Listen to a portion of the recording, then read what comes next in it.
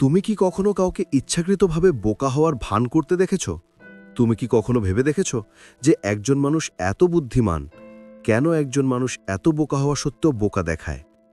যদি আপনি কারো সাথে এমনটা হতে দেখে থাকেন, তাহলে আপনি হয়তো চাণক্যের সবচেয়ে ভয়াবহ মন্ত্রটি আপনার চোখের সামনে বাজতে দেখেছেন, কিন্তু তা চিনতে পারেননি। যখন পৃথিবী চিৎকার করছে, বুদ্ধিমান হও, তীক্ষ্ণ হও, অন্য ব্যক্তি কি ভাবছে তা দ্রুত অনুমান করো, তখন কেউ একজন চুপচাপ মৃদু হাসি দিয়ে নিজেকে বোকা প্রমাণ করছে। কিন্তু সে কি আসলেই বোকা? না, সে চাণক্যের একজন শিষ্য, যিনি শিখেছেন যে আসল শক্তি লুকিয়ে থাকার মধ্যেই নিহিত। সে জানে যে যতক্ষণ শত্রু মনে করে যে তুমি কিছুই নাও, তুমি যা ইচ্ছা তাই করতে পারো। বোকা দেখাও এবং খেলা বদলে দাও। এটি একটি সহজ ধারণা নয়, এটি একটি অস্ত্র, একটি মানসিক ব্রহ্মাস্ত্র যা যুদ্ধ শুরু হওয়ার আগেই জয়লাভ করে। আজ আমরা সেই নীতি সম্পর্কে কথা বলবো যা সম্রাট চন্দ্রগুপ্তকে ধুলো থেকে সিংহাসনে তুলে নিয়েছিল, যে জ্ঞানের কারণে চাণক্য তাকে তক্ষশিলা থেকে উৎখাত করে মগধের সিংহাসনে বসাতে সক্ষম হয়েছিল।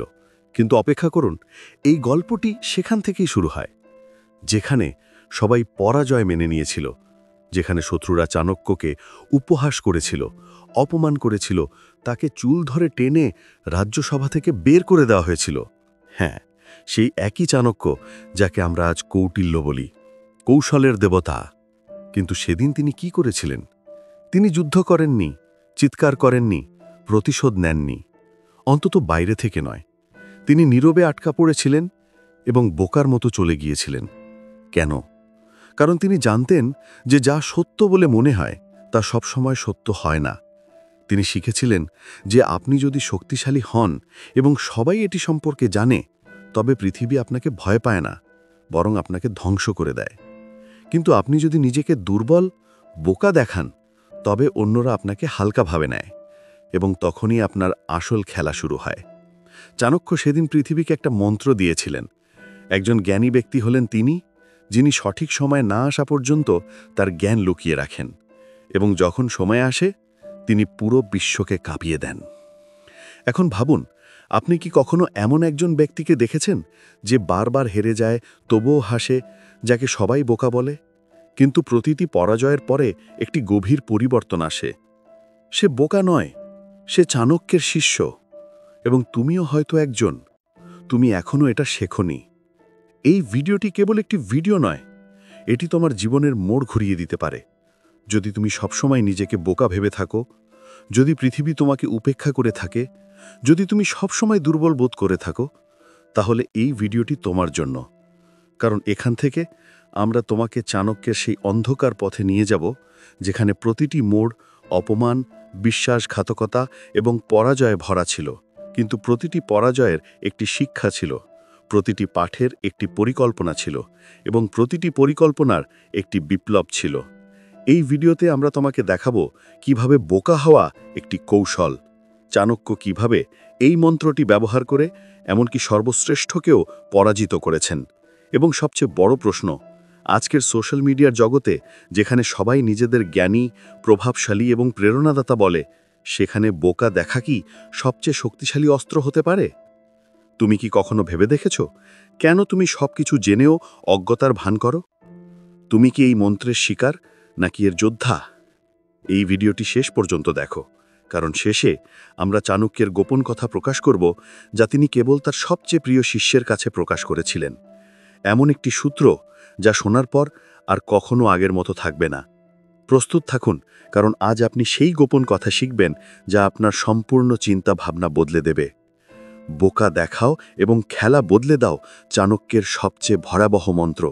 আজ এটি প্রথমবারের মতো আপনার কাছে সম্পূর্ণরূপে প্রকাশিত হতে চলেছে। তাহলে আপনি কি প্রস্তুত? আসুন এমন একটি যাত্রা শুরু করি যা আপনার জীবনকে বদলে দিতে পারে। যেখানে জ্ঞান লুকিয়ে থাকে, সেখানে বিপ্লবের জন্ম হয়। প্রথম অধ্যায়, আপনার শক্তি লুকিয়ে রাখুন, শত্রুকে বিভ্রান্ত রাখুন।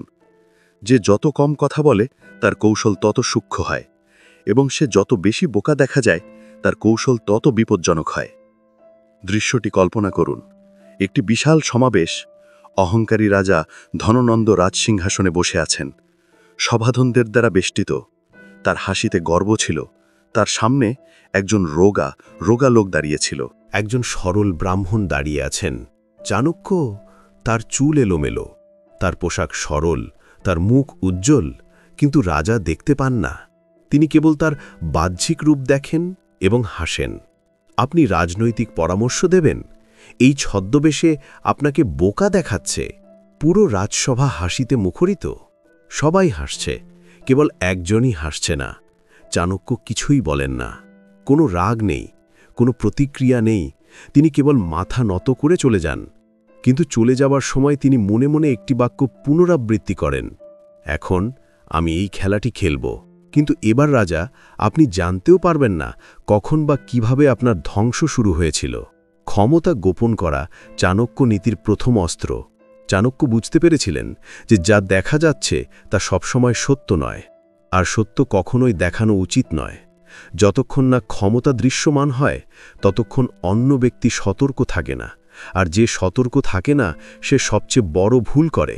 এখন ভাবুন, যদি চাণক্য সেদিন রাজার সাথে যুদ্ধ করার চেষ্টা করতেন, তর্ক করতেন তার বুদ্ধিমত্তা প্রমাণ করার জন্য, রাজা তাকে হত্যা করতেন অথবা হয়তো তাকে উপহাস করে ভুলে যেতেন। কিন্তু চাণক্য অন্য কিছু করেছিলেন। তিনি শত্রুকে বিভ্রান্ত রেখেছিলেন। বিভ্রান্তি হল শত্রুর সবচেয়ে মধুর স্বপ্ন। শত্রু মনে করে যে তারা জিতছে, তারা মনে করে যে অন্য ব্যক্তি কিছুই করতে পারবে না, আর তখনই তাদের পতন শুরু হয়। চাণক্য এই বিভ্রান্তিকে তার অস্ত্র বানিয়েছিলেন। তিনি জ্ঞানী ছিলেন, বোকা বলে মনে হতেন, একজন অসহায় ব্রাহ্মণের মতো আচরণ করতেন, কিন্তু তার মধ্যে যা তৈরি হচ্ছিল তা ছিল বিপ্লবের বীজ। এখন আমি আপনাকে জিজ্ঞাসা করছি, আপনি কি কখনো এমন একজন ব্যক্তি দেখেছেন যিনি সবকিছু জানেন কিন্তু কখনো কিছু প্রকাশ করেন না, যিনি সবকিছু বোঝেন কিন্তু অন্য ব্যক্তিকে মনে করিয়ে দেন যে এর থেকে কিছুই হবে না? যদি দেখে থাকেন তাহলে আপনি চাণক্য নীতির আসল রূপ দেখেছেন। এই নীতি আজও ঠিক ততটাই শক্তিশালী। কল্পনা করুন, আপনি ভিড়ের মধ্যে চুপচাপ দাঁড়িয়ে আছেন এবং লোকেরা আপনাকে উপেক্ষা করে। সেখান থেকেই আপনি আপনার প্রস্তুতি শুরু করতে পারেন। যখন লোকেরা আপনাকে দুর্বল মনে করে, তখন আপনার নিজেকে প্রমাণ করার দরকার নেই। কেন? কারণ যে কেউ নিজেকে প্রমাণ করার চেষ্টা করে সে তার আসল উদ্দেশ্য ভুলে যায়। চাণক্য কখনো বলেননি আমি জানি। তিনি সর্বদা বলতেন আমি শিখছি। কিন্তু বাস্তবে তিনি সবকিছু দেখছিলেন, শুনছিলেন এবং বুঝতে পারছিলেন। তিনি সঠিক মুহূর্তের জন্য অপেক্ষা করছিলেন, এবং যখন সময় এলো তখন তিনি পুরো সাম্রাজ্যকে কাঁপিয়ে দিয়েছিলেন। এখন ভাবুন, আপনি কি করেন? আপনি কি সর্বত্র নিজেকে প্রমাণ করার চেষ্টা করেন? তুমি প্রতিটি বিষয়ে কথা বলো। যখনই কেউ তোমাকে চ্যালেঞ্জ করে তুমি বিতর্কে ঝাঁপিয়ে পড়ো। যদি তাই হয় তাহলে তুমি চাণক্য নীতির বিরুদ্ধে যাচ্ছ। কারণ চাণক্য বলেছেন যে জ্ঞানী ব্যক্তি সর্বত্র কথা বলে না।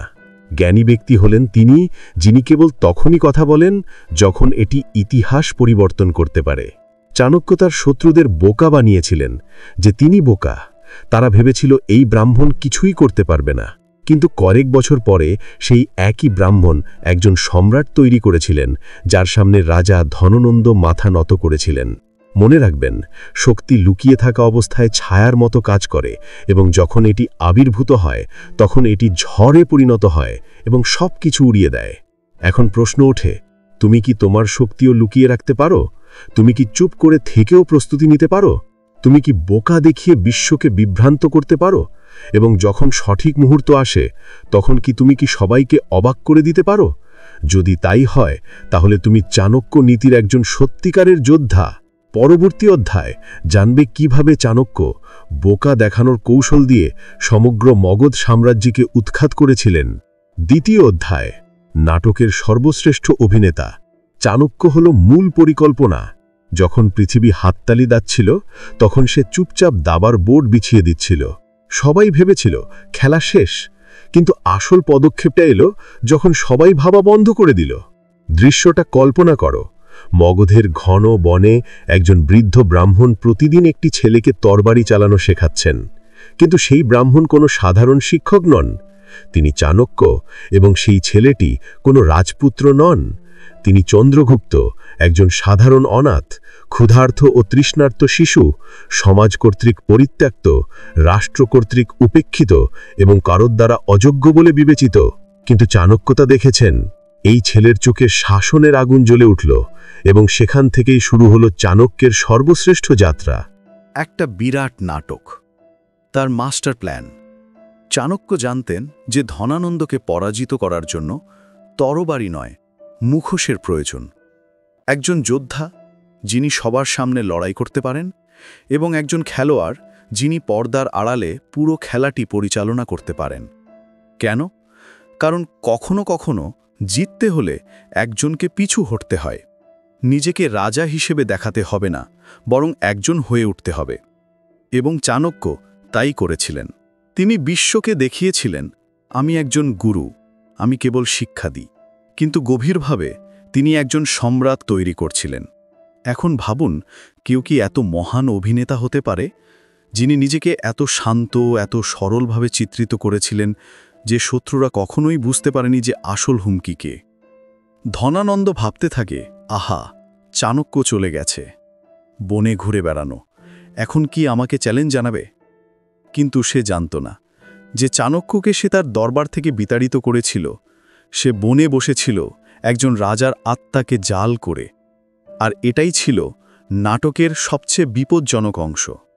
পৃথিবী যখন বুঝতে পারে তুমি হেরে গেছো, তখন তুমি ইতিমধ্যেই তোমার জয়ের ভিত্তি স্থাপন করে ফেলেছ। চাণক্য প্রতিটি পদক্ষেপে অভিনয় করছিলেন। বোকামির নাটক, সরলতার নাটক, নম্রতার নাটক। কিন্তু সে জানত প্রতিটি কাজের পিছনে একটি গভীর ষড়যন্ত্র রয়েছে। এটা শুধু ইতিহাস নয়, এটা আজকের সত্য। তুমি কি কখনো ভেবে দেখেছ, যারা সবচেয়ে বেশি শব্দ করে তারা কি সত্যিই শক্তিশালী, নাকি যারা চুপ থাকে তারাই আসল খেলোয়াড়? চাণক্য বলেছেন, সিংহ কখনোই সবসময় গর্জন করে না। আসল গর্জন তখনই আসে যখন বন জনশূন্য থাকে এবং শিকার সবচেয়ে কাছে থাকে। তাহলে চাণক্যের মাস্টার প্ল্যান কি ছিল? ১. গোপনে চন্দ্রগুপ্তকে প্রশিক্ষণ দেওয়া। ২. তার পরিচয় গোপন করা এবং তাকে জনসাধারণের কাছে পরিচয় করিয়ে দেওয়া। ৩. এবং সময় এলে তাকে এমন শক্তি দিন যা সিংহাসন কাঁপিয়ে দিতে পারে। এটি কোনো সোজা যুদ্ধ ছিল না। এটি এমন একটি নাটক ছিল যেখানে সবাই ভেবেছিল চাণক্য হেরে গেছেন। বাস্তবে চাণক্য তার ডোনা দিয়ে একটি সম্পূর্ণ সাম্রাজ্যকে উৎখাত করতে যাচ্ছিলেন। এখন আপনার কাছে আমার একটি প্রশ্ন, আপনি কি নিজেকে এমন একজন খেলোয়াড় হিসেবে দেখেন যিনি পর্দার আড়াল থেকে খেলা নিয়ন্ত্রণ করতে পারেন? আপনার কি নিজের নাম দিয়ে নয়, বরং আপনার কর্ম দিয়ে পৃথিবী পরিবর্তন করার ক্ষমতা আছে? চাণক্য রাজা হননি, মুদ্রায় তার নাম মুদ্রিত হয়নি, তার জন্য কোনো প্রাসাদ তৈরি করা হয়নি। তবুও প্রতিটি রাজা তার সুরে নাচতেন। কেন? কারণ তিনি নিজের আত্মত্যাগ করেছিলেন। তিনি তার তৃষ্ণা, তার অহংকার, তার রাগ সবকিছু তার লক্ষ্যের পিছনে লুকিয়ে রেখেছিলেন। তিনি বিশ্বের জন্য একটি নাটক মঞ্চস্থ করেছিলেন, কিন্তু বিপ্লব তার স্ক্রিপ্টে লেখা ছিল। এটি চাণক্যের নীতি। যখন সবাই মনে করে যে আপনি শেষ হয়ে গেছেন, তখনই আপনি সবচেয়ে বিপজ্জনক। এখন বিবেচনা করুন, আপনি কি আপনার নিজস্ব মাস্টার প্ল্যান তৈরি করছেন, নাকি কেবল বিশ্বের স্ক্রিপ্টের একটি চরিত্র হয়ে উঠছেন? কারণ আপনি যদি নায়ক হতে না পারেন, অন্তত চাণক্য হয়ে উঠুন, যিনি নায়ক তৈরি করেন। তৃতীয় অধ্যায়, ধৈর্য। বোকার সবচেয়ে মারাত্মক অস্ত্র।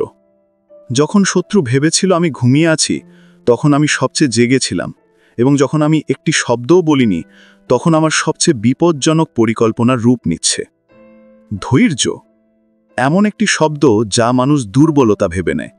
তারা মনে করে যে যারা কিছুই করে না তারা অসহায়, যারা চুপ থাকে তারা কাপুরুষ, এবং যারা সবকিছু সহ্য করে তারা পরাজিত হয়। কিন্তু চাণক্য বলেন, ধৈর্য বোকার অস্ত্র নয়, এটি একজন যোদ্ধার সবচেয়ে বিপজ্জনক অস্ত্র। দৃশ্যটি কল্পনা করুন, চাণক্য বনে আছেন, বৃষ্টি হচ্ছে, ক্ষুধা আছে, রোগ আছে, সেনাবাহিনী নেই, সম্পদ নেই, তার কাঁধে শুধু একটা সংকল্প, মগধের বিপ্লব। সে নীরব, কেউ জানে না সে কোথায়, কেউ তাকে ভয় পায় না।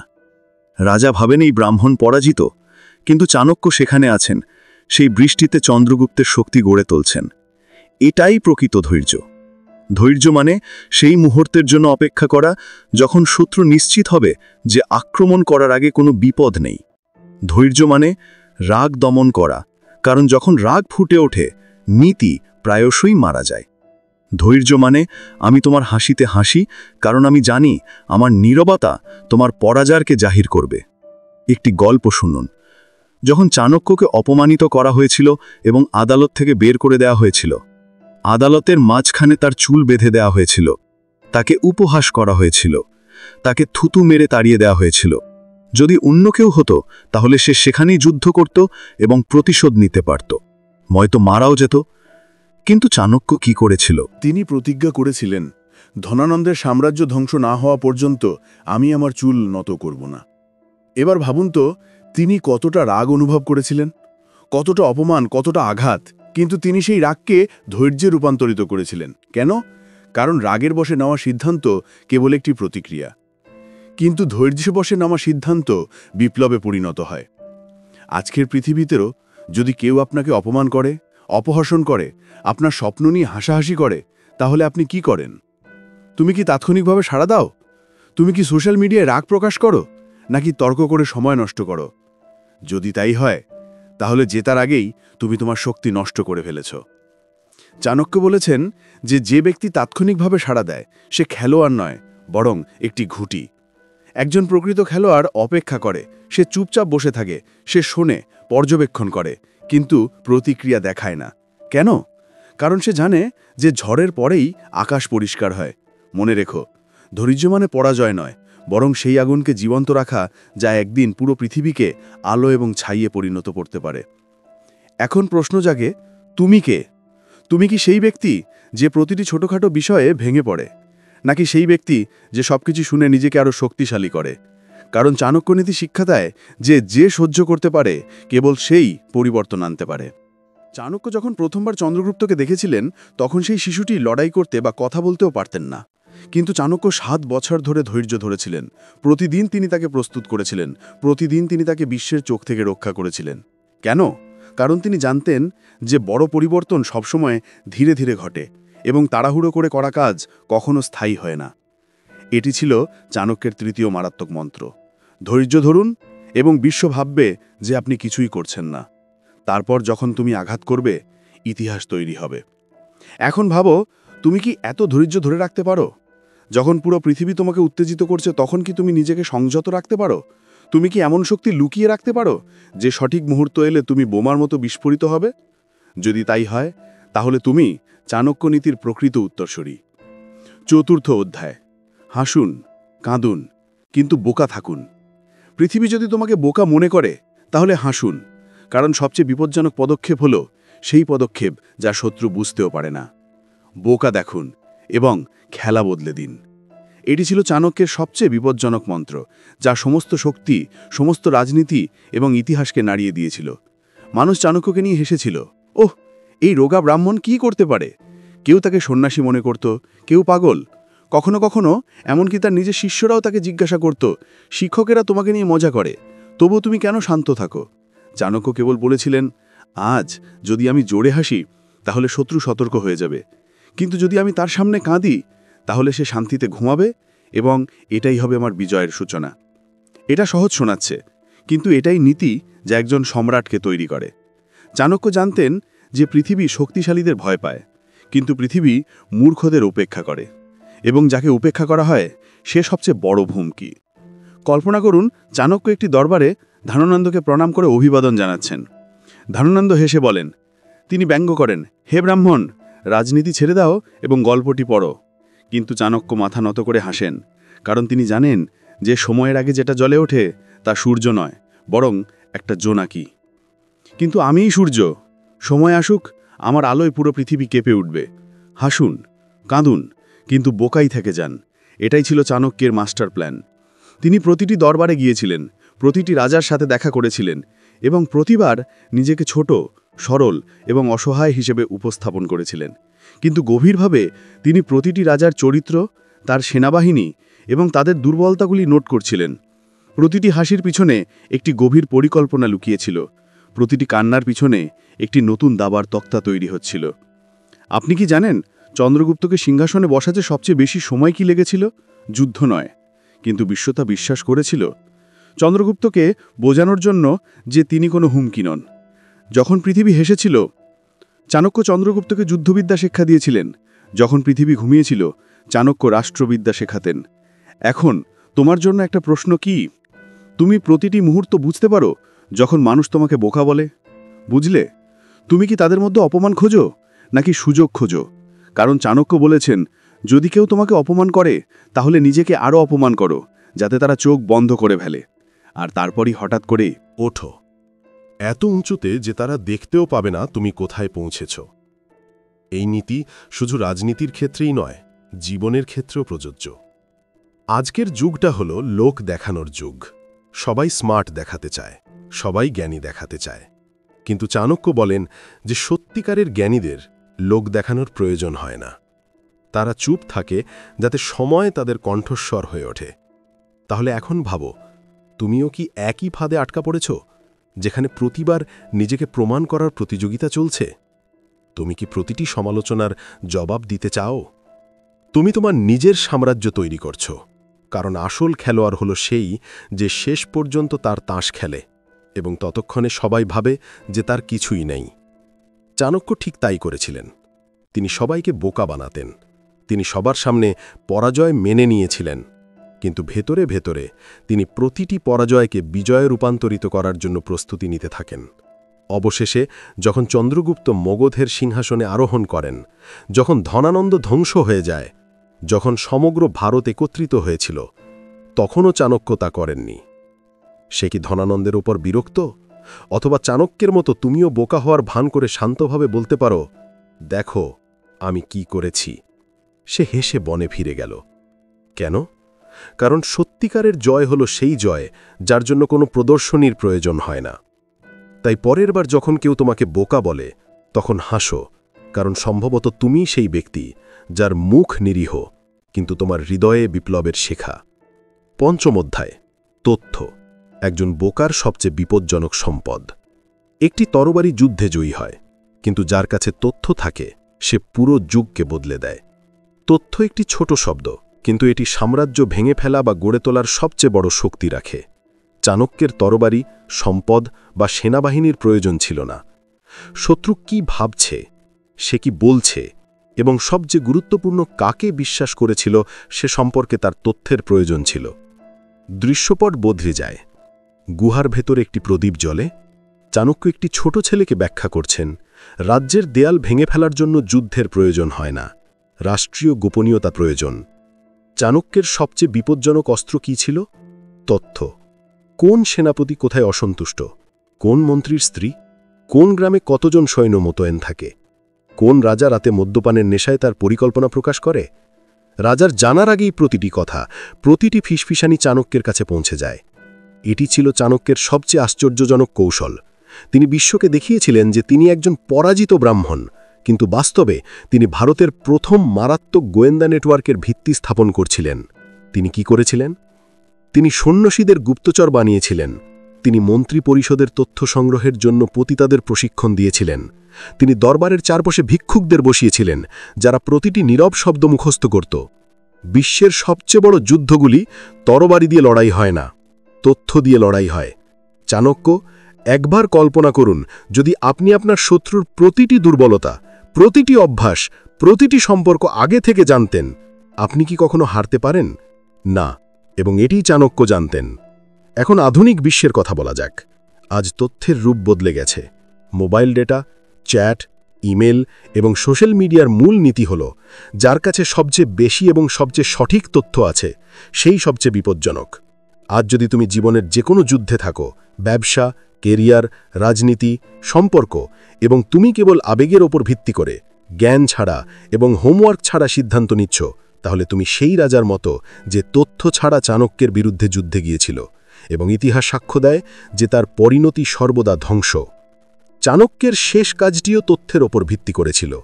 যখন ধনানন্দ সবচেয়ে নিরাপদ ছিলেন, যখন তার সেনাবাহিনী প্রস্তুত ছিল এবং তার দুর্গ শক্তিশালী ছিল, তখন চাণক্য গোপনে তার মন্ত্রীর কাছে একটি চিঠি পাঠান। চিঠিতে কেবল বলা হয়েছিল, যাকে তুমি সবচেয়ে বেশি বিশ্বাস করো সে তোমার সবচেয়ে বড় শত্রু। মন্ত্রী অস্থির হয়ে উঠলেন। তিনি রাজাকে ভয় পেতে শুরু করলেন। রাজা সন্দিগ্ধ হয়ে উঠলেন এবং দুজনে একে অপরকে হত্যা করার ষড়যন্ত্র শুরু করলেন। চাণক্য যুদ্ধ না করেই মগধকে ভেতর থেকে ভেঙে ফেললেন। তথ্য একটি নীরব অস্ত্র যা দেখা যায় না, কিন্তু এটি সরাসরি হৃদয় এবং শক্তিকে বিদ্ধ করে। এখন প্রশ্ন হল, তুমি কি জ্ঞানী নাকি কেবল একজন প্রতিক্রিয়াশীল যোদ্ধা? তুমি কি প্রতিটি সিদ্ধান্তের আগে তথ্য সংগ্রহ করো নাকি কেবল জনতার অনুসরণ করো? কারণ চাণক্য নীতি এখনও বলে যে যুদ্ধের আগে যে জানে তার যুদ্ধ করার দরকার হয় না। আর এখানেই এই শেষ অধ্যায়ের সমাপ্তি। কিন্তু আমি তোমাদের কাছে একটা প্রশ্ন রেখে যাচ্ছি। তোমরা কি সেই নীরব যোদ্ধা হতে পারো যে বোকা দেখালেও ভেতরে বিপজ্জনক? যদি তাই আপনি কেবল একটি গল্প নয়, একটি বিপ্লবের অংশ হতে পারেন। আজ এই অবধি। ধন্যবাদ।